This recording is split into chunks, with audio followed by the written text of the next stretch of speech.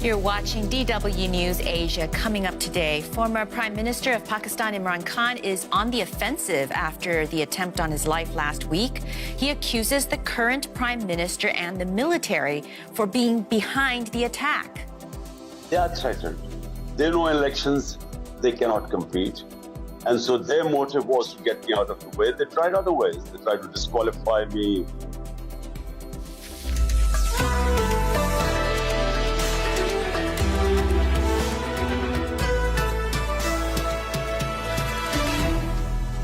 I'm Melissa Chan. Thanks for joining us. We have a special edition of DW News Asia today. In a few moments, we'll be speaking with Pakistan's former Prime Minister Imran Khan. Last week, he was shot and injured during a protest march to demand fresh elections after being ousted from office in April. He was hurt in the leg but has since left the hospital. 9 other people were also wounded and 1 died.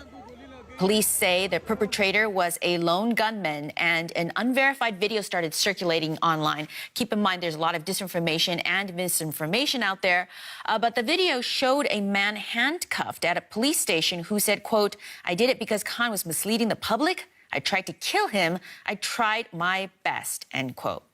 Khan has accused Prime Minister Shehbaz Sharif and 2 other senior officials of being behind the assassination attempt and has demanded an independent investigation.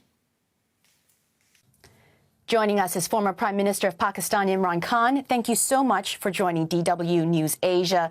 And sir, of course, I want to start by first asking how you're healing from your injuries, and do you expect a full recovery?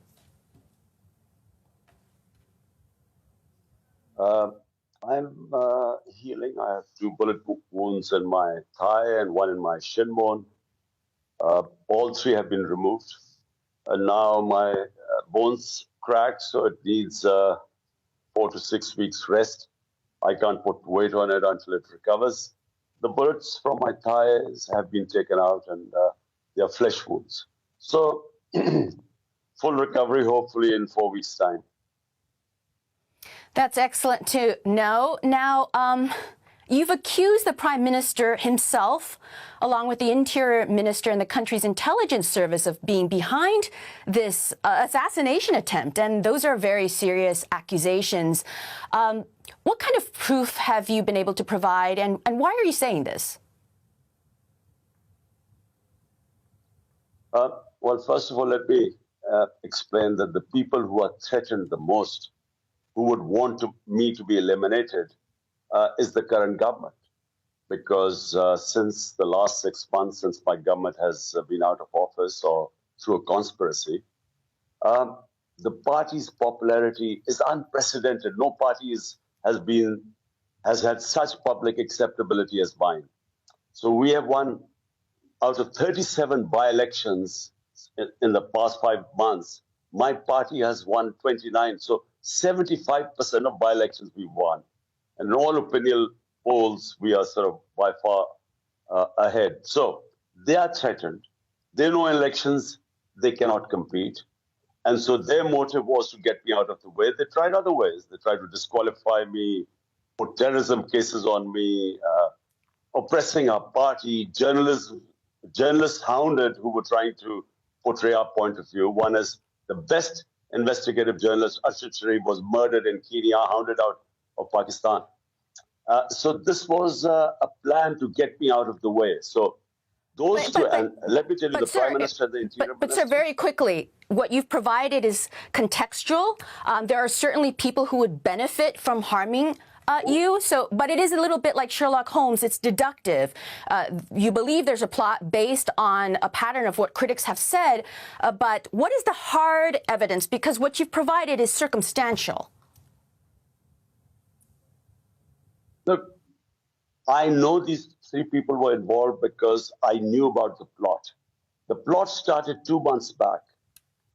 They decided to bump me off by saying a religious fanatic had killed me. So 2 months back, they started this campaign. It was the video was made by this intelligence agency. It went on to the politicians, on the state media, where they consistently started this campaign that I offended I committed blasphemy, and these religious sentiments were upset. So I then exposed this on the 24th of September, on the 7th of October, in a public, a big rally, saying exactly this, that this is the plot, and they will have me bumped off by a religious fanatic, pretending that I'd offended, I'd committed blasphemy. Now, so you this were is warned the pattern about that this. followed. You were warned about this, and so you believe that as a result of being warned, then it has to be the Prime Minister and the military apparatus behind this. And so if you knew about this, I want to ask about the security, because when I look at the videos of you doing this long march, there doesn't seem to be a lot of security. Did you just ignore the warnings, or did you decide to just take extraordinary risks to your own life, but also to those who support you?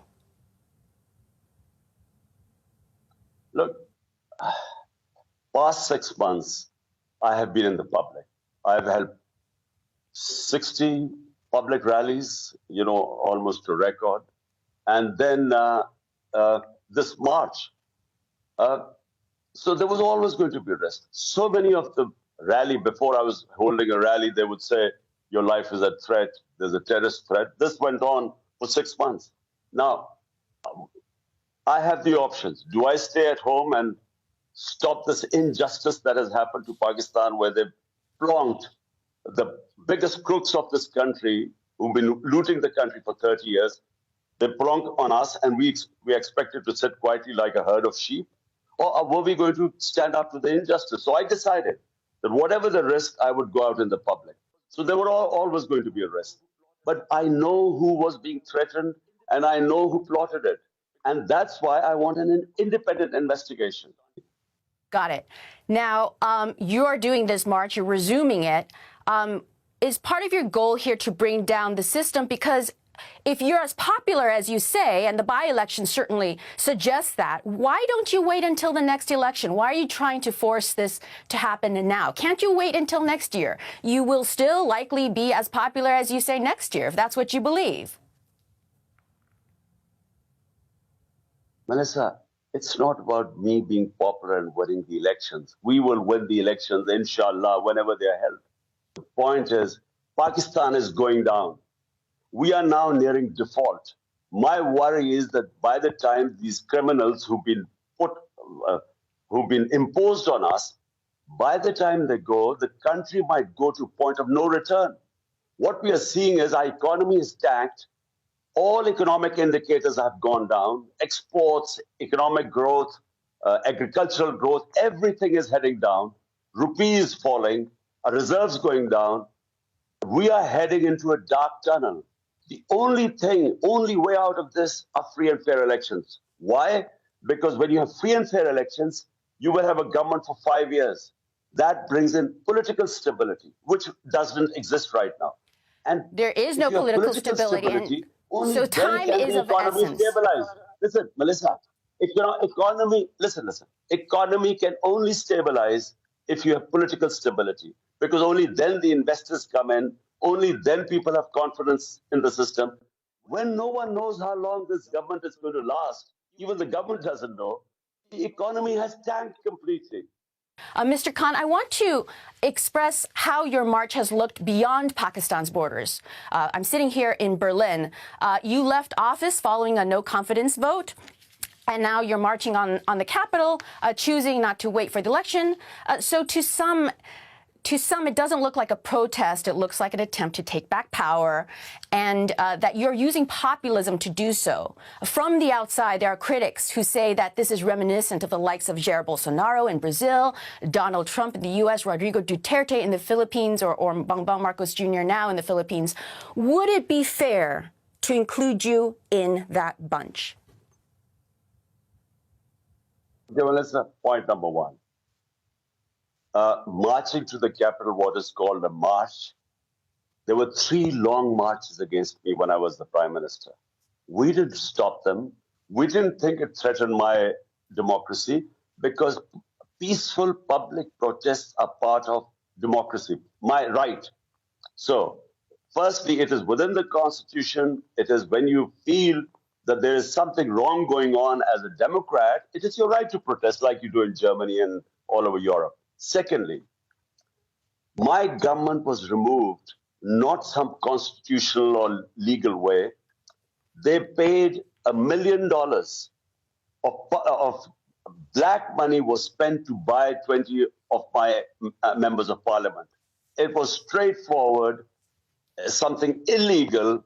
I mean, it wasn't an election, it was auction. They were buying our MNAs, and it was not hidden. The whole country knows the going rate when this spent on my members of parliament. So that is unconstitutional. So it was my right to protest. Secondly, the people who have come on imposed on us, 61% of them are on bail. 60% of the cabinet is on bail on corruption cases. And what they have done is, while the economy has gone down, they have given themselves immunity from corruption. This doesn't happen in a democracy. So you're talking about corruption, but I go back to the fact that you were in power. What would you have done differently? If you're talking about so many people who are corrupt, do you have any regrets from your leadership, your prior leadership, in terms of not being able to tamp down corruption the way that you're talking about right now? Well, Melissa, one regret. I came in with a thin majority, a coalition government, weak government. And what I could not do was impose rule of law. Corruption is a symptoms when you do not have rule of law. Rule of law means when you have powerful crooks who are above law, which is what has happened now. These people who've been plundering, these ruling elite, who've been stealing money for 30 years, who have massive corruption cases, have come into the parliament and waived off the corruption cases. So what I could not do is that the Accountability Bureau was not controlled by me, it was controlled by the establishment. And so I did not have the power to bring the big crooks under the rule of law, and I could not hold them accountable. And so you're ineffective. I mean, the reason why developing world is poor is because the ruling elites are above law, and I couldn't succeed in bringing them under the rule of law. Mr. Imran Khan, we've run out of time. Thank you so much for joining us. That's all for today. Be sure to check out our website. That's dw.com/Asia. I'm Melissa Chan. Thanks for watching, and goodbye.